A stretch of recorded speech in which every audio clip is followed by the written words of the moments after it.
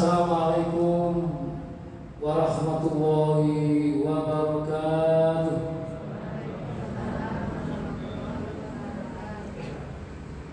Alhamdulillah.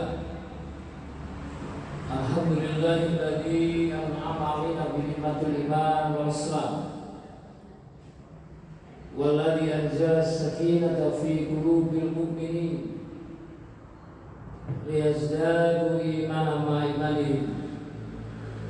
Asyhadu an la ilaha illallah wahdahu la syarika lah wa asyhadu anna Muhammadan abduhu wa rasuluhu la nabiyya ba'dahu. Sallallahu alaihi wasallam wa ala alihi wa ashabihi wa man tabi'ahu bi ihsan ila yaumil walladzi arsala rasulahu bil huda wa dinil haqq liyudhhirahu 'ala dini kullihi walau karihal musyrikun. Wa qala ta'ala fi kitabil karim, a'udzu billahi syaitanir rajim minasyaitonir rajim. Wa idza aradna an nuhlika qaryatan amarna mutrafiha fa fasaku fiha fa haqqa 'alaiha al-qawlu fa damarna tadmir. Wa qala aidan wa la tahinu wa la tahzanu wa antumul la'launa in kuntum mu'minin. Subhanallah. Ibu-ibu, bapak serta saudara-saudara sekalian, warga besar pimpinan cabang Turen yang dimuliakan oleh Allah. Bagaimana kabarnya pagi hari ini? Sehat-sehat semua? Alhamdulillah. Tentu yang kami hormati pimpinan cabang, pimpinan Aisyah Turen beserta warga besar Muhammadiyah Masjid Al-Munawwarah yang dimuliakan oleh Allah yang berbahagia. Pagi kiranya untuk mengawali kajian kita pada pagi hari ini, marilah kita senantiasa terus tanpa pernah berhenti untuk selalu meningkatkan kualitas rasa syukur kita kepada Allah Subhanahu wa Ta'ala, yang mana pada pagi hari ini dengan kasih sayang Allah, dengan rahmat Allah, Allah masih tetap berkenan memberikan kekuatan pada kita, memberikan nikmat kepada kita, nikmat kesehatan, nikmat kesempatan, nikmat iman, nikmat Islam, dan nikmat ukhuwah Islamiyah. Tentu kita selalu berharap mudah-mudahan seluruh potensi kenikmatan yang diberikan oleh Allah Azza wa Jalla ini senantiasa kita maksimalkan sebagai dalam rangka untuk beribadah kepada Allah. Jadi kita berusaha menjalankan seluruh perintah-perintahnya dan menjauhi seluruh larangannya. Maka insya Allah kalau aktivitas diri kita, keluarga kita, masyarakat, bangsa dan negara ini terus senantiasa diiringi dengan keimanan dan takwa kita pada Allah yang bersumber pada Al-Quran dan As-Sunnah, maka tentu yang kita raih adalah kebahagiaan dan kemenangan. Hadirin jamaah kajian Ahad pagi Masjid Al-Munawwarah Kecamatan Turen yang dimuliakan oleh Allah. Insyaallah kajian kita pada pagi hari ini saya ingin menyampaikan pentingnya kita memahami amanah kepemimpinan dalam kehidupan ini. Karena hancurnya sebuah umat, sebuah komunitas, apapun namanya, termasuk bangsa dan negara ini, faktor utamanya adalah tidak adanya amanah kepemimpinan. Kalau kita cermati saat ini, Indonesia atau NKRI, kalau kita bicara tentang Indonesia, tentang NKRI, tentu tidak bisa dipisahkan dengan umat Islam. Karena umat Islam adalah mayoritas yang terbesar penduduknya di dunia. Akan tetapi apa yang terjadi? Umat Islam dalam kondisi termarginalkan, terpinggirkan, hampir di seluruh aspek kehidupan. Umat Islam tidak memiliki peran yang signifikan, baik dalam bidang politik, ekonomi, hukum, dan seterusnya. Umat Islam termarginalkan. Belum lagi tantangan dakwah, semakin hari tidak semakin ringan, semakin berat, semakin complicated, terutama di media sosial. Sudah terjadi apa yang disebut dengan hujur, perang pemikiran, perang ideologi, invasi pemikiran yang sekarang sudah masuk di tengah-tengah umat Islam. Apakah itu gencarnya pluralisme, sekularisme, liberalisme, Zionisme, neokomunisme, dan islamisme lain. Sekarang dalam kondisi kuat, dalam kondisi berkoalisi, dalam kondisi bersatu. Yang mereka inginkan adalah bagaimana agar umat Islam itu istiqomah, hanya sekedar zikir, ritual, seremonial belaka. Dan ancaman yang terberat adalah bagaimana merusak akidah umat Islam, terutama adalah generasi muda.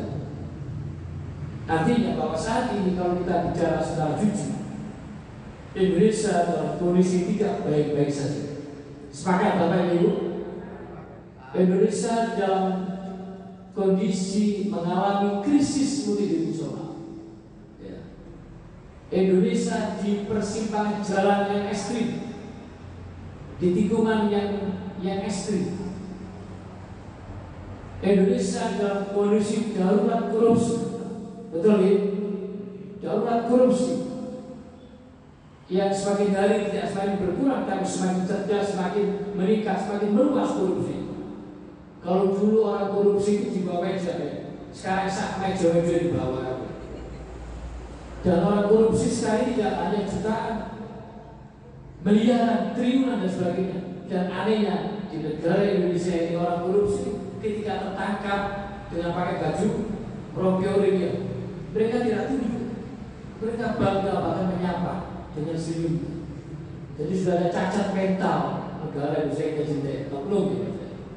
Tidak memiliki rasa malu, ya. Darurat narkoba, darurat prostitusi, darurat LGBT, dan berbagai macam yang kita alami saat ini.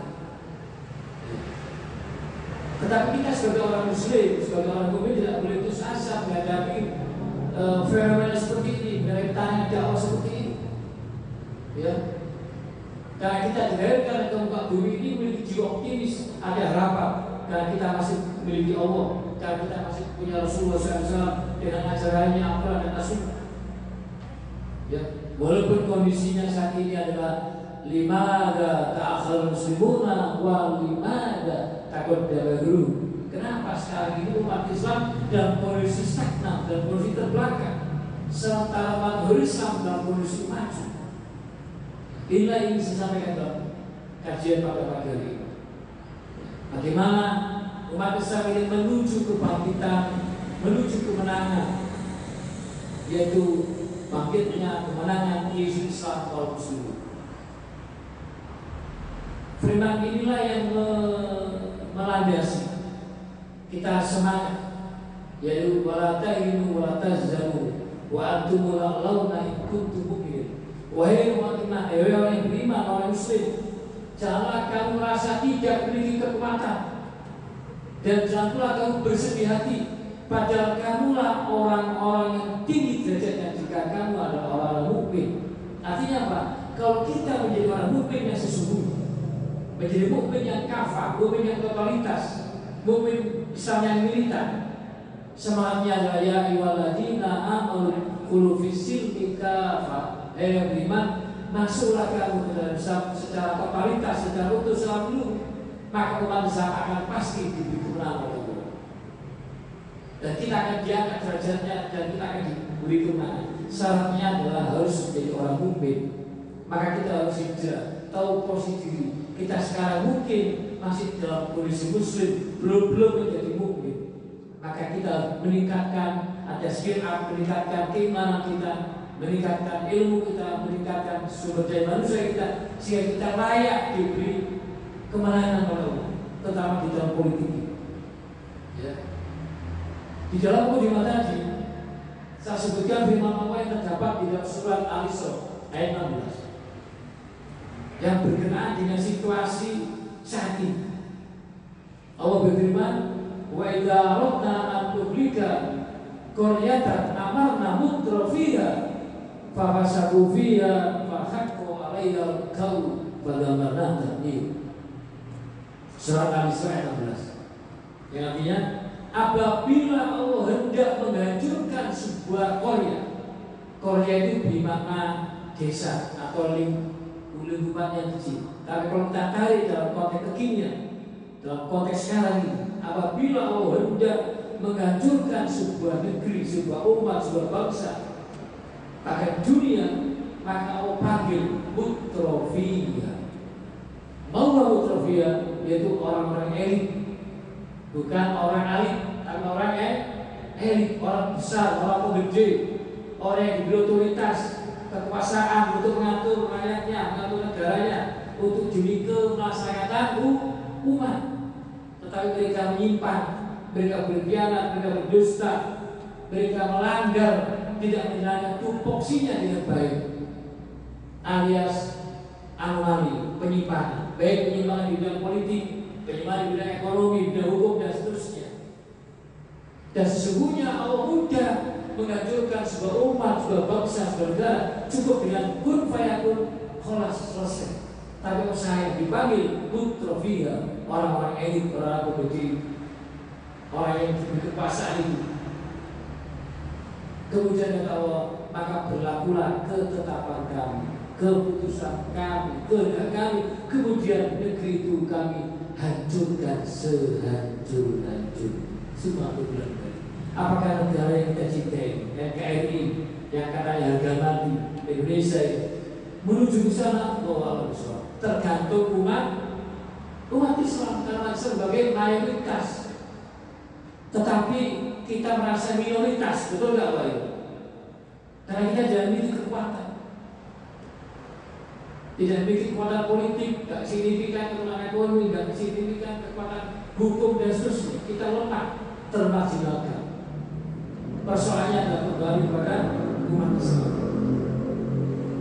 Lantas apa yang menyebabkan hancurnya sebuah bangsa ini, sebuah umat ini, sebuah komunitas, apa namanya ini? Yang pertama, kalau kita kaji dalam perspektif Al-Quran, dijelaskan hancurnya sebuah bangsa, sebuah umat, dan Indonesia tidak akan menuju kemenangan manakala tidak adanya amanah kepemimpinan, tidak adanya amanah menjalankan tupoksinya pemimpin itu untuk kemaslahatan umat.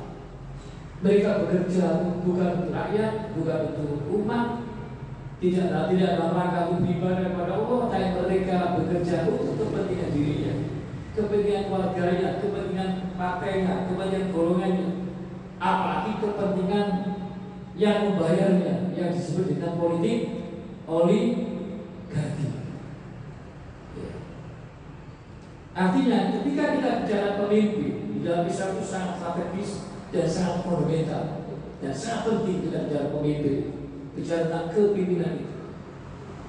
Dalam satu sirah Nabawiyah dijelaskan Rasulullah SAW ketika meninggal, Rasul manusia yang agung, manusia yang mulia, manusia yang suci, tokoh revolusioner, ya, tokoh progresif untuk umatnya, manusia yang suci, maksum, tidak memiliki dosa, dijaga oleh surga. Ketika meninggal, para sahabat tidak segera memakannya, tidak segera untuk membumikannya, tidak. Tapi para sahabat berkumpul para sahabat. Ada dari kaum Muhajirin, dari kaum Ansor, ya, ada Sayyidina Umar, ada Abu Bakar As-Siddiq, ada Utsman bin Affan dan beberapa sahabat, kecuali Ali. Dan Ali pada saat itu sibuk sebagai sohibul musibah, menerima tamu, menerima orang takziah. Karena Ali kan mantunya Nabi Muhammad SAW, tidak ikut di dalam pertemuan para sahabat. Sahabat kumpul, karena itu penting. Yang dibicarakan adalah kepimpinan, yang dibicarakan adalah imamah. Siapa nanti pengganti Rasulullah SAW pasca Rasul meninggal? Akhirnya musyawarah para sahabat itu, dan yang terpilih adalah Abu Bakar As-Siddiq. Artinya betapa pentingnya untuk memimpin, walaupun pada saat itu para sahabat menunda sebentar proses pemakaman Rasulullah SAW. Bahkan dalam hadis disebutkan ketika kita safar, ketika kita berpergian, maka harus ada ditunjuk siapa ketuanya, siapa kepala rombongan. Betapa pentingnya masalah kepemimpinan ini. Ternyata kalau kita bicara tentang kepemimpinan, kata kuncinya adalah amanah agar negeri itu bangsa tidak dihancurkan.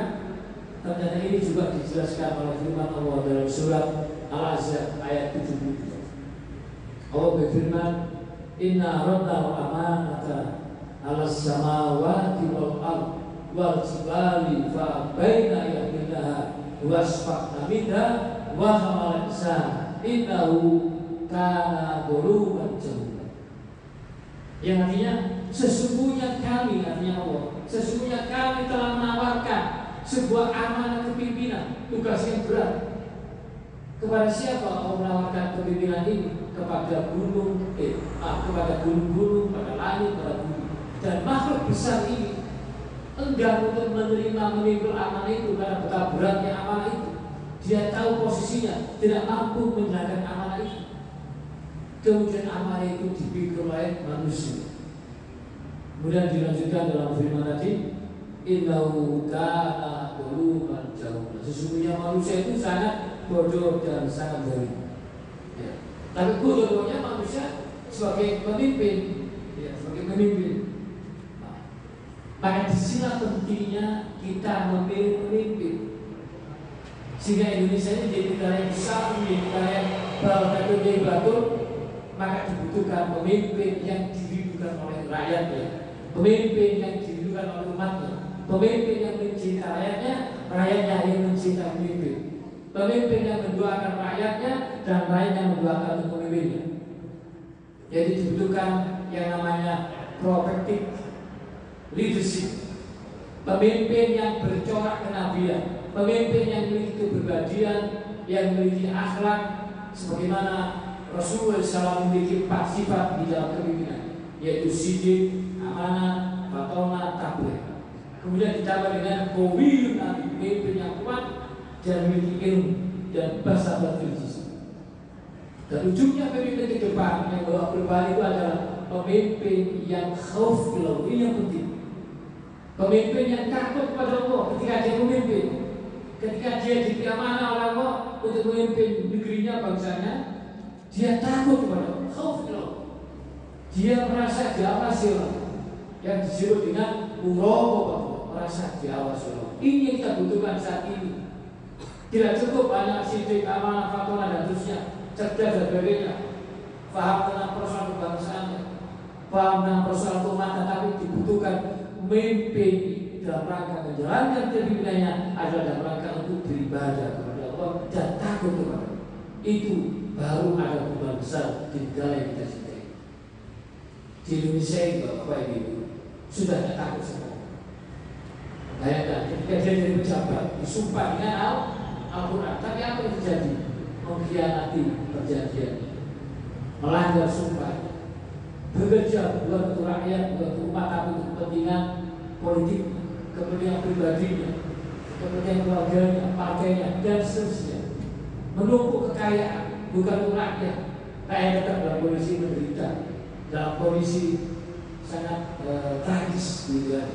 Maka dibutuhkan pemimpin yang berintegritas, pemimpin yang memiliki karakter kepribadian yang baik, bukan pemimpin yang isi tas, ya, tapi pemimpin yang berintegritas, pemimpin yang memiliki sifat-sifat kenabian yang tadi saya sampaikan. Jadi ujungnya adalah pemimpin yang beriman dan bertakwa kepada Allah SWT, yang paham akan agama dan menjalankan apa yang ada dalam Quran dan As-Sunnah. Itu baru pemimpin yang khaufillah. Semangatnya adalah walau anna ahlal qura amanu wattaqau la fatahna 'alaihim barakatin minas sama'i wal ardh walakin kadzabu wa dhanu bima kanu. Kalau sekiranya penduduk negeri bangsa Indonesia yang mayoritas muslim adalah orang yang beriman dan bertakwa, mulai dari rakyatnya sampai presidennya, kalau beriman dan bertakwa mengikuti Al-Quran dan As-Sunnah, maka Allah akan memberikan berkah langit dan bumi. Allah akan memberikan solusi. Persoalannya adalah banyak di di antara para pemimpin kita tidak melibatkan Allah di dalam kepimpinan. Allah sudah disingkirkan. Seakan bekerja, seakan urusan ekonomi dan politik itu gak ada Allah, gak ada nilai agama. Ini yang menyebabkan hancurnya sebuah bangsa, sebuah umat. Ya, ketika kita tidak melibatkan Allah dalam kepimpinan, dalam amanah menjaga amanah, apalagi pemimpin yang tidak profesional, pemimpin yang tidak memiliki keahlian, pemimpin yang tidak paham akan yang dipimpinnya, tidak paham akan persoalan keumatan, tidak paham akan persoalan kebangsaan. Dan sekarang ini banyak model-model pemimpin yang karbitan, yang tidak memiliki kelayaan tes kepimpinan, tidak benturan, tidak menerapi musuh tangan dan sebagainya. Ini muncul sekarang pemimpin karbitan, ya. Pemimpin yang tidak memiliki kompetensi, mungkin tidak memiliki kompetensi dan kapasitas. Ini muncul. Yang penting adalah fulus. Jadi anggota DPRD, kota, kabupaten, provinsi, dan pusat itu kalau tidak memiliki fulus tidak bakal aja jadi. Padahal di Indonesia banyak orang pintar, orang cerdas, profesor, dokter banyak. Anggaplah paham agama, paham persoalan bangsa umat, karena yang cuan apa jualnya? Gak ada fulus, gak ada rupiah, gak ada dolar, ya maka tidak mungkin akan begitu. Dan sekarang ini biaya pos politik itu mahal, ya bentuk fulus banyak. Maka yang terjadi apa? Orang yang tidak memiliki ilmu masuk ke dunia politik, punya uang, jadi pada mereka jadi memiliki apa-apa, ya. Dan ini disebut oleh sabda Rasulullah SAW. Idza wujidul amru bainal ahli fattabi'us sa'id. Ini yang terjadi. Sabda Rasulullah SAW, akhir zaman yang terjadi. Jika semua urusan diserahkan pada bukan ahlinya, bukan pakarnya, bukan yang ngerti kompetensinya, maka tunggulah kehancuran. Ini yang terjadi di negara kita ini. Ya, nggak memiliki ilmu, nggak memiliki kapasitas. Karena dia punya uang, ada dekengan pusat, ya, betul ya, dekengan pusat, mau kita tolong gitu ya. Akhir janji. Lah ke depan ini kita harus siapa yang kita pilih, ya, yaitu kriterianya yang tadi saya katakan, ya, termasuk di dalam surat At-Taubah ayat 12. Itu kriteria seorang pemimpin yang ideal dalam Islam. Allah berfirman, innama ya'muru masajidallahi man amana billahi wal yawmil akhir wa aqama sholata wa ata zakata wa lam yusyrif. Hanyalah yang mengamalkan masjid-masjid Allah ini adalah orang-orang yang beriman. Nah, kalau boleh saya katakan, masjid ini adalah miniaturnya sebuah negara. Maka masjid ini harus dikelola secara dengan manajemen yang bagus, manajemen yang profesional, manajemen yang rapi. Apa kriteria orang ini yang masuk dalam takmiran itu, termasuk pemimpin negara ini? Minimal ada 5 di dalam Quran surat atau ayat 16. Yaitu orang-orang yang beriman kepada Allah, beriman kepada hari kemudian, dia mendirikan sholat, menunaikan zakat, dan mereka tidak takut kepada siapapun kecuali pada Allah Jalla Jalaluhu.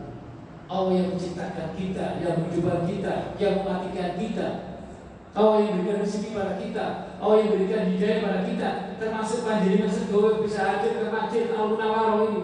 Itu karena hidayah Allah, karena kita diberi kesehatan, diberi kesempatan bisa masuk ke masjid. Orang yang masuk masjid ini bukan orang sembarangan, tapi bukan orang halus. Ini orang pilihan itu. Jadi orang yang masuk masjid ini bukan orang sembarangan, tapi orang pilihan Allah. Bayangkan dari akad.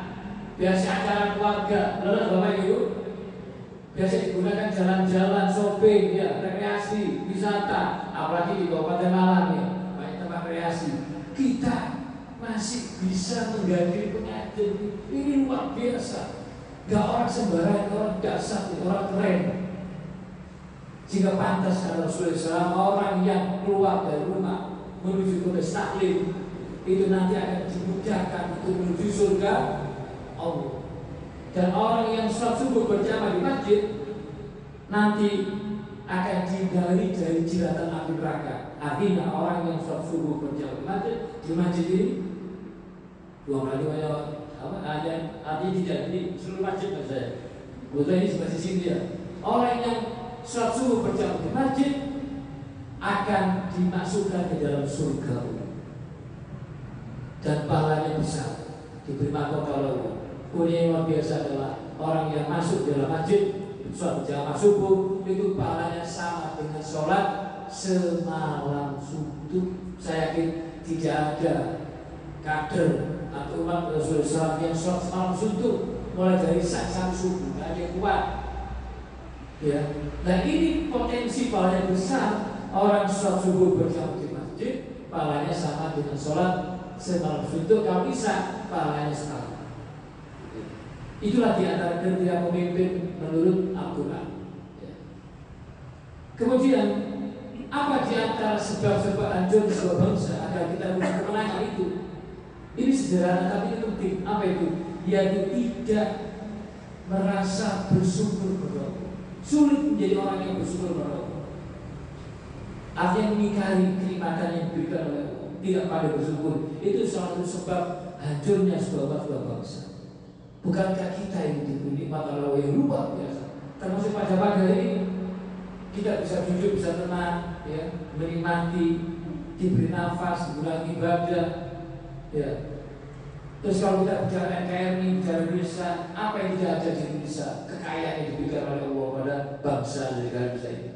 Kekayaan dasar lautnya, mulai ikan kecil sampai besar, dari jenis-jenis ikan, warna-warna ikan, ya, luar biasa kayak Indonesia itu. Belum lagi di dasar perut bumi, mulai dari minyak, ya, pertambangannya, nikelnya, uraniumnya, macam-macam kekayaannya, ya. Belum lagi kekayaan hutannya, flora, fauna, dan semuanya. Sehingga orang Arab pernah mengatakan Indonesia ini adalah secuil surga. Artinya apa? Betapa potensi kekayaan Indonesia yang diberikan Allah pada bangsa Indonesia luar biasa banyak. Tapi sayang, ketika tata kelolanya tidak digunakan untuk rakyat, tidak digunakan untuk umat, tapi untuk kepentingan politik oligarkinya, kepentingan asing dan tidak asing, ini akan bisa Indonesia dalam kondisi terburuk. Rakyat tidak merasakan nikmatnya, tidak pandai bersyukur. Yang seharusnya kekayaan itu digunakan untuk bangsanya sendiri. Ya, artinya betapa banyak nikmat Allah yang diberikan pada kita, termasuk dalam diri kita. Kenikmatan pendengaran, kenikmatan penglihatan, kenikmatan hati, dan seterusnya. Kalau kita tidak pandai bersyukur, padahal Allah telah banyak memberikan kenikmatan, maka kita disihir oleh Allah. Wa in ta'uddu nikmatallahi la tuhsuha. Kalau sekiranya kamu menghitung nikmat Allah, pasti kamu tidak akan mampu untuk bersyukur. Dan jasa billahi sakatum azidannakum wa la in kafartum inna adzabil lasyadid. Dan ingatlah ketika Tuhanmu memaklumkan sesungguhnya jika kamu bersyukur kepada Allah, kepada aku, akan aku tambah nikmat kepadamu. Tetapi jika kamu mengingkarinya, maka ketahuilah sesungguhnya ada dosa. Artinya, mari kita berusaha menjadi hamba Allah yang pandai bersyukur. Karena kita diberi potensi oleh Allah yang luar biasa. Potensi diri kita dan potensi sumber daya alam. Tinggal bagaimana untuk mengelola kepentingan rakyat kita, bukan untuk kepentingan yang lainnya. Terus ini juga ditegaskan oleh firman Allah betapa manusia memiliki potensi lupa, memiliki potensi mengingkari, memiliki potensi abai terhadap kenikmatan yang diberikan oleh Allah. Ini terdapat di dalam surat Ar-Rahman. Ar-Rahman itu surat yang terdiri dari 78 ayat, yang 31 ayat senantiasa diulangi terus. Fabi'ayyi ala rabbikuma tukadziban. Nikmat dari Tuhanmu yang manakah yang kamu dustakan, wahai manusia? Ya, banyak nikmat tapi kita tidak ada dustakan nikmat-nikmat itu. Kemudian berikutnya, di antara hancurnya sebuah bangsa sehingga tidak menuju kemenangan itu karena apa? Karena urusan dakwah amal munkar tidak dikelola secara manajemen yang bagus, tidak dikelola dengan profesional. Dakwah hanya acak-acakan, dakwah hanya sisa waktu. Yang ada waktu dakwah gak ada, ya gak ada, gitu ya. Maka ke depan masjid dan dakwah ini harus dikelola secara profesional dengan manajemen yang bagus, manajemen yang rapi. Semangatnya adalah innallaha yuhibbul ladzina yuqatiluna fi sabilillah syaffa ka'annahu bunyamun marsus. Sesungguhnya Allah sangat mencintai orang-orang yang berdakwah, orang yang berjihad, orang yang berperang di jalan Allah dalam barisan yang teratur, seakan mereka seperti suatu bangunan yang tersusun rapi. Itu Islam. Ya. Ketika sebuah kebenaran yang namanya dakwah ini tidak dikelola dengan baik, maka akan mudah dikalahkan oleh kebatilan yang terorganisir. Inilah fakta yang kita rasakan. Maka kita harus memilih dakwah dengan baik. Karena saat ini tantangan dakwah ke depan sebagai hari tidak sebagai ringan, sebagai berat. Ya, sekarang umat Islam dikepung oleh musuh-musuh umat Islam, dikepung oleh aliran-aliran, dikepung oleh ideologi-ideologi umat Islam. Maka kita harus kuat untuk menghadapi tanah itu. Maka harus ada peduli terhadap persoalan umat, persoalan bangsa.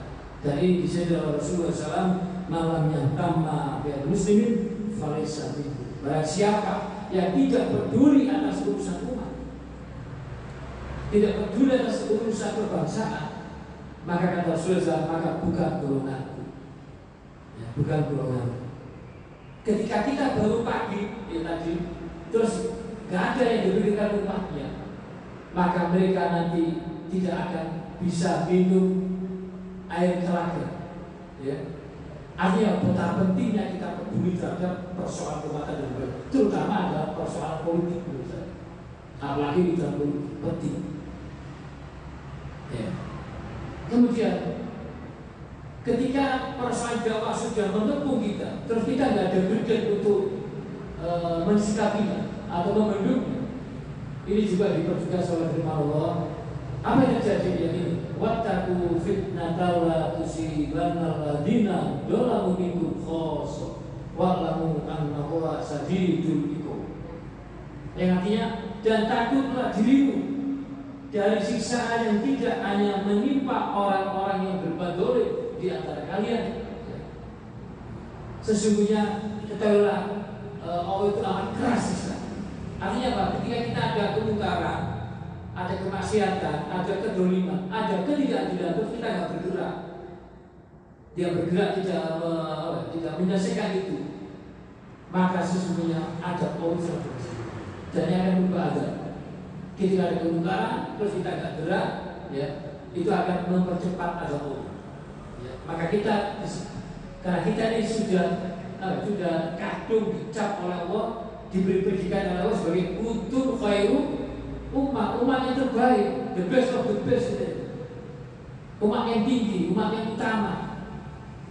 Ya, walakin al-atas kenapa mereka dan kondisi termarginalkan? Maka semangat kita dalam dakwah adalah wal takum minkum ummati yad'una khair wa ya'muruna bil ma'ruf wa yanhauna 'anil munkar wa ulaika hum. Dan ada di antara kita ini, di antara umat Islam ini, di antara kalian ini, untuk apa senantiasa memilih dakwah amar ma'ruf nahi munkar. Maka semangatnya sebagaimana yang disampaikan oleh Rasulullah SAW ketika kita melihat kemungkaran, kemaksiatan, kedoliman dan ketidakadilan, maka tugas kita adalah merubahnya. Sebagaimana sabda Rasulullah SAW, man ro'a minkum munkaran falyughayyirhu biyadihi fa in lam yastati' fa bilisanihi fa in lam yastati' fa biqalbihi wa dzalikal ad'aful iman. Ini tugas kita semua. Yang mengaku muslim, yang mukmin, yang sudah balik, tugas kita ini.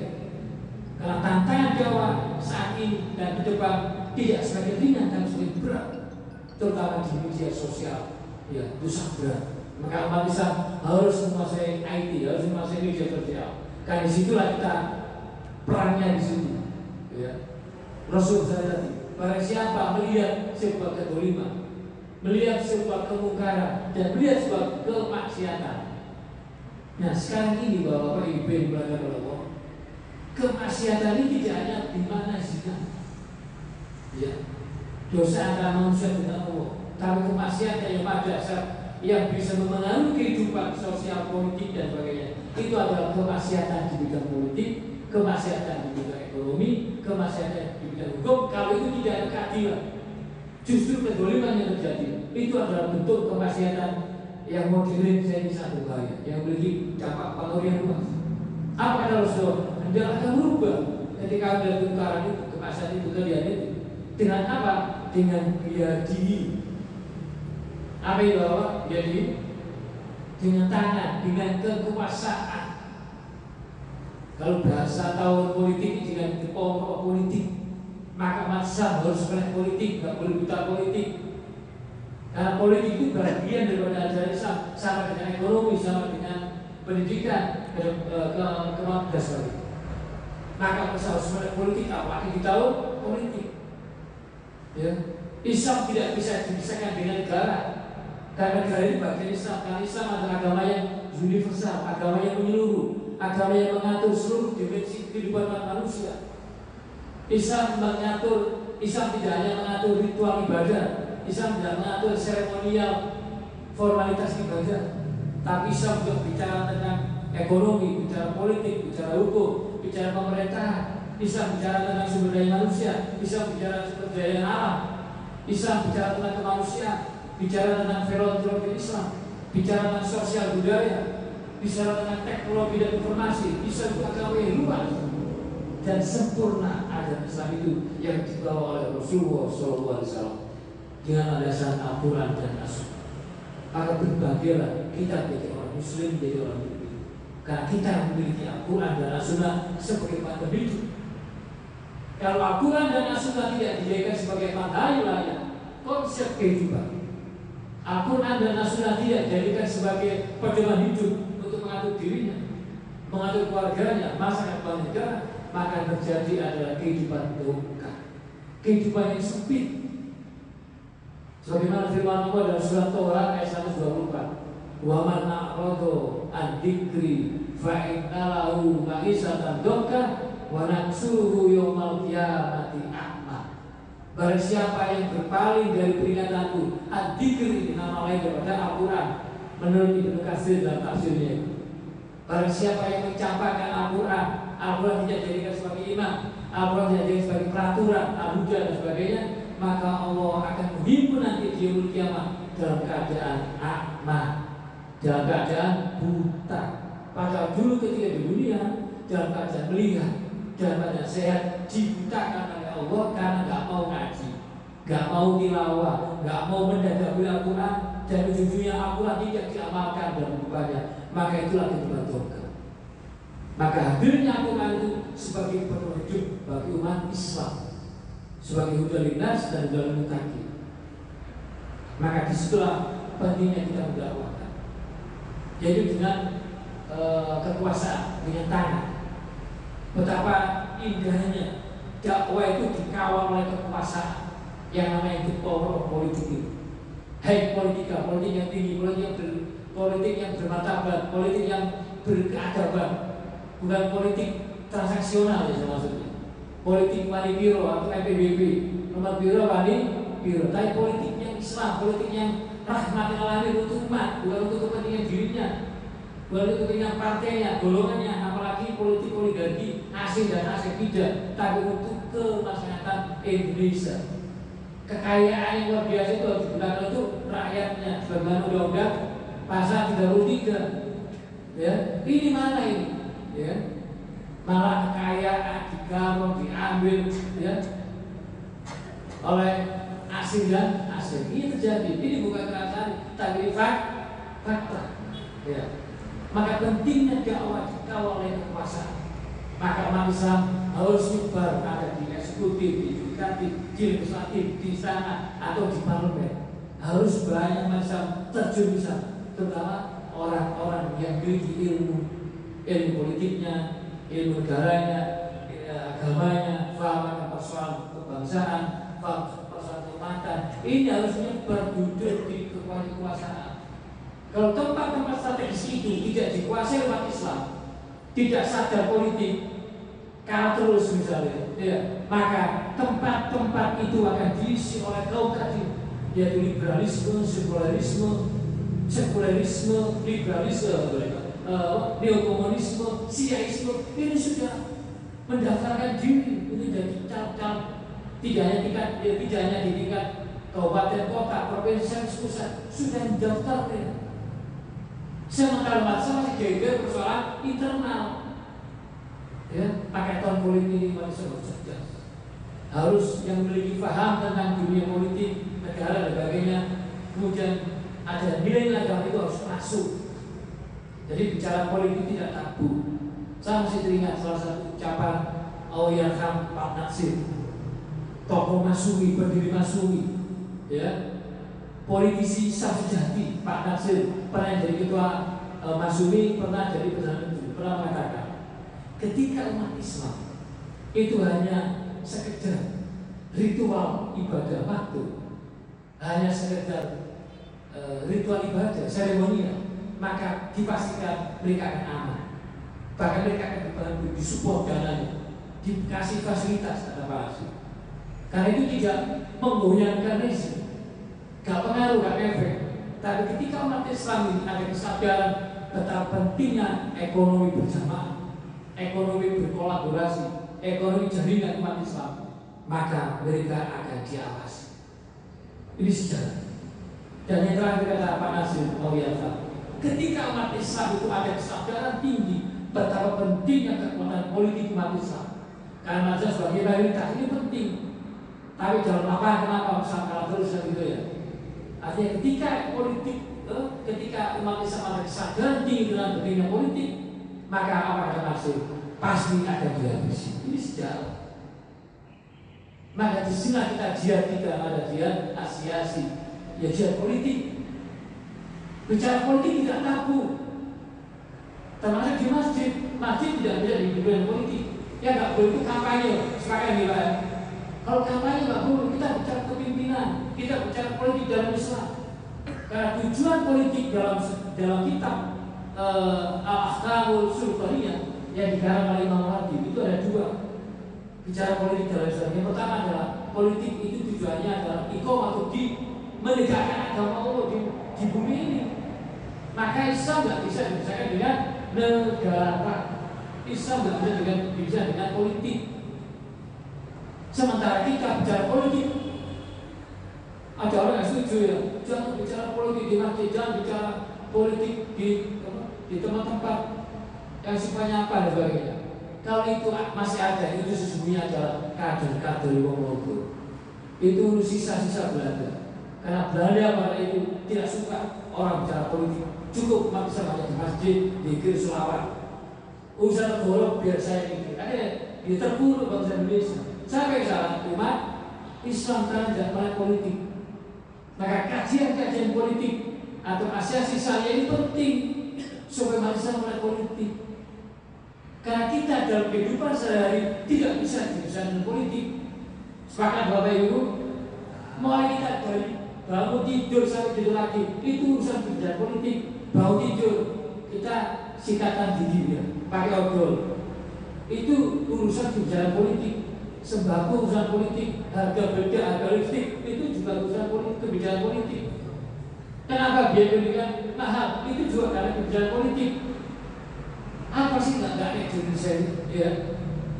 Itu urusan politik, jadi kita nggak bisa dipisahkan politik. Apalagi urusan politik harus cerdas kita. Ya, itu bersama-sama. Itu yang pertama. Ini ketika ada kemungkinan kemaksiatan, rubahlah dengan kekuasaan politik. Ini penting. Ya. Kalau tidak mampu, kata Rasulullah SAW, dia akan berubah dengan lisan. Lisan inilah kekuatan ulama, suara-suara ulama, fatwa-fatwa ulama, suara kiai, suara ustaz, suara aktivis mujahid dakwah, suara pemimpin dakwah di Indonesia harus bersuara keras, bersuara lantang, terutama dakwah kita di media sosial. Ya, kita harus dakwah melalui HP, melalui media sosial. Di situ karena banyak pertarungan ideologi, pertarungan kepentingan politik, ya ada buzzer, ada influencer dan sebagainya. Kalau kita tidak menguasai media, maka media akan dikuasai oleh musuh-musuh umat Islam. Sampai salah umat Islam.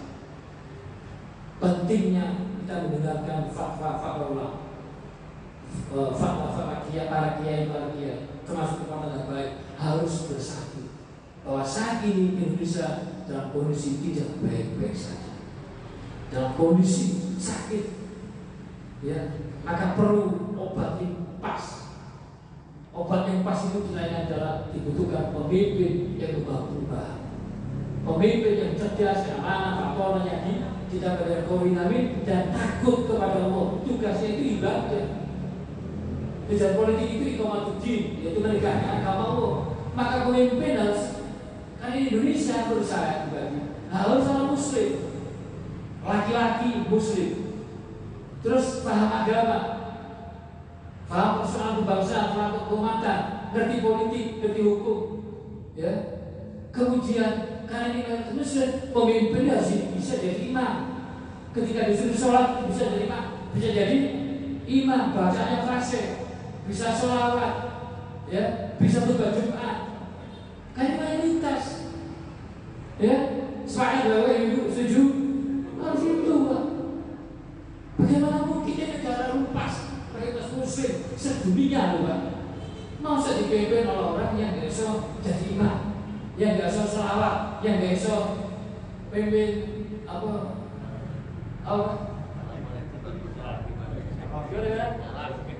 Ya, ini kan demokratis.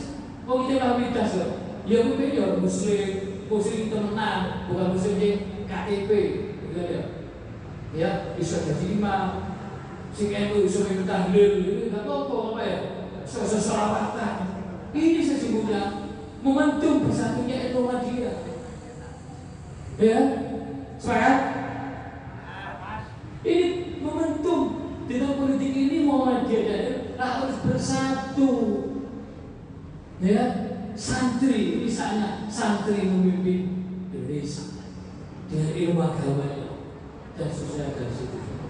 Ya, ini harus ada ulama harus begitu. Ya, yang terakhir kalau tidak mampu dengan kekuasaan, dengan lisan al-Quran, dengan hati. Ketika yang mendengar hati itu adalah selama iman. Tentu kita tidak mau dikatakan sama iman, harus bergerak. Kita harus sebagai orang Bukhari harus bergerak, kita mampu. Ya, oh kita ini memiliki kekuasaan sebenarnya, ulama punya, maka harus bersatu bergerak. Jadi orang Bukhari, jadi penggerak. Ya. Tentu semangat kita adalah firman Allah yang terdapat dalam surat As-Saff ayat 10 11. Oh bagaimana? Ya ayyuhalladzina amanu hal adullukum ala tijaratin tunjikum min adzabin alim tu'minuna billahi wa rasulihi wa tujahiduna fi sabilillahi bi amwalikum wa anfusikum dzalikum khairun in kuntum ta'lamun. Ayat 5. Kita dipanggil Allah ayat 5. Mau kamu tunjukkan suatu perdagangan, satu bisnis transaksi muamalah yang dapat menyelamatkan kamu dari adab yang kecil. Tapi ternyata firman ini yang dimaksud perdagangan bukan perdagangan di mana ekonomi, mencari profit origin, mencari materi, fulus, tapi menyalahkan beriman kepada Allah. Tauhid. Jadi pemimpin di depan adalah pemimpin yang memiliki akidah, kuatul akidah, pemimpin bertauhid, khaufin Allah, takut kepada Allah, baru ada perubahan besar. Mencari kepemimpinannya karena ibadah, bukan karena menunggu kekayaan, bukan karena kepentingan keluarganya. Ingin berkuasa terus, tidak seperti itu. Yang namanya rotasi kehidupan itu pasti ada, silih berganti. Sunatullah itu perubahan itu pasti ada. Ya. Dan dia akan beriman kepada Rasulullah SAW. Ada yang meyakini akan kebenaran risalah alisan yang dibawa Rasulullah SAW. Karena Rasulullah SAW itu sudah buka bumi ini dalam rangka Islam sebagai petunjuknya dan untuk memenangkan agama Islam di atas agama-agama lain. Sebagaimana firman Allah, "Wallazi arsala rasulahu bil huda wa dinil haq liyudhhirahu 'ala dini kulli walau karihal muslim." Dia Allah yang telah mengutus Rasulullah sebagai utusannya, sebagai nabinya, sebagai rasulnya untuk membawa risalah Islam, Al-Quran dan Sunnah. Untuk apa? Sebagai pedoman hidup. Dan untuk apa? Untuk memenangkan agama Islam di atas agama-agama lain. Maka kita harus bangga menjadi orang Muslim. Ishhadu bi anna muslim, saksikan agama Muslim. Al-Islamu ya Allah yu'ala bisa bahkan tinggi kira tingginya. Itu harus yakin dalam diri kita. Barang siapa yang mencari-cari selain agama Islam, maka dia merugi. Dia tidak terima nanti di yaumul qiyamah. maka kita sebagai orang Muslim. Ya, itu. Kemudian ternyata kalau kita kaji lebih dalam, sesungguhnya kita ini sudah ada jual beli antara kita dengan Allah. Inna wasqaw minal mu'minin anfusahum amalu bi'al jannah.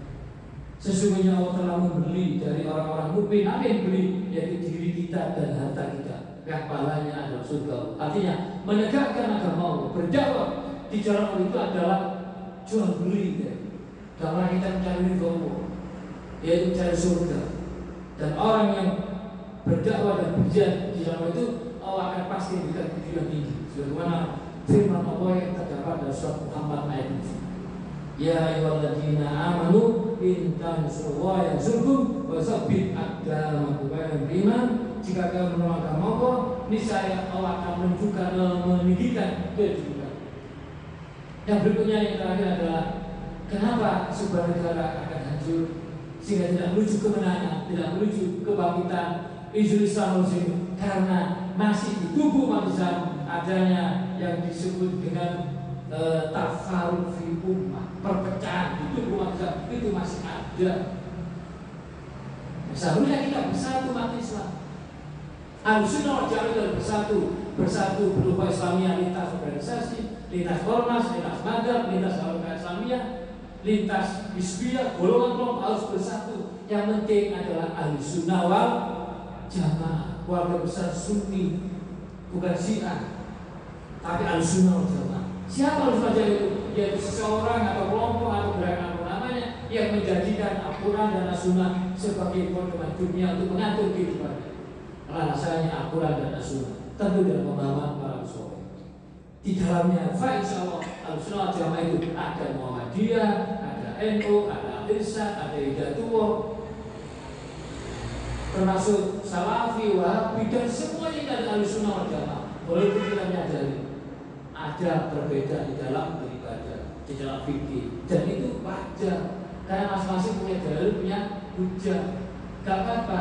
Yang namanya furu'iyah khilafiyah sampai yaumul kiamah itu pasti muncul, pasti ada itu. Maka kita harus tasamuh, saling menghormati, saling menghargai, saling toleran, bukan intoleran.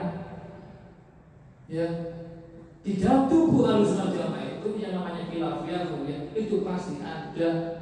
Masing-masing punya dalil, punya hujah, punya alasan. Ya monggo, kita boleh memaksa. Karena saat ini pun kalau membentuk dari negara kita butuh ukhuwah Islamiyah, butuh persatuan. Coba saudara kita yang di Gaza, di Palestina yang sekarang membara, dibantai, genosida, pembantaian massal. Saudara kita di Palestina, kenapa urusan Israel yang negara kecil, kenapa mereka bukan bersatu? Ya, kalau orang-orang Arab Timur Tengah bersatu, ditambah Malaysia, Indonesia, ngirimkan pasukannya, selesai Israel. Betul nggak Pak Ibu? Tapi nggak mudah. Kenapa? Karena di dalam Quran, ketika kita menghadapi orang Israel itu bukan dengan cara perundingan, bukan dengan cara musyawarah, perdamaian di bawah PBB. Oh PBB siapa? Amerika bantu Israel Jordan atau Al-Zionis nyerang, mengirim pasukan. Sementara kita belum ngirim, hanya mengecam. Sampai kapan kita mengecam? Pada perintahnya adalah Quran surat Al-Anfal yang perintahnya adalah wa'aitu lahum masattu min quwwah. Dan kamu persiapkan kekuatan-kekuatan yang kau miliki dengan berkuda, dengan bermain. Kalau kuda itu bisa dulu. Kalau kita nuklir, basoka, rudal kan itu ada. Kalau dulu bangun kucing, sekarang yang canggih. Dalam persiapan kekuatan-kekuatan yang dimiliki agar akan menggetarkan musuh-musuh. Itu perintah Al-Quran itu. Gue bilang edah, dibilang teroris. Radikal. Tapi perintah Allah itu. Apabila kamu menghadapi musuh seperti Israel atau lain, Yahudi dan lain, maka firman ini seharusnya yang berlaku. Bukan damai, bukan perundingan. Yang namanya Yahudi, Zionis, itu pasti mengingkari janji, pasti berkhianat, pasti tidak menepati janji, pasti Israel ya. Makanya begitu.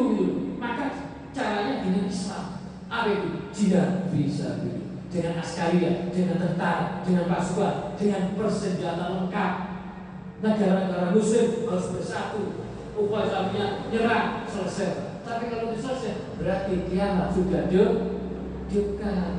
Karena hadisnya mengatakan nanti akhir zaman tidak akan terjadi kiamat manakala nanti kaum kafir Quraisy, kaum orang-orang kafir yang dimontor oleh Israel, Yahudi, Yerusalem digempur oleh manusia.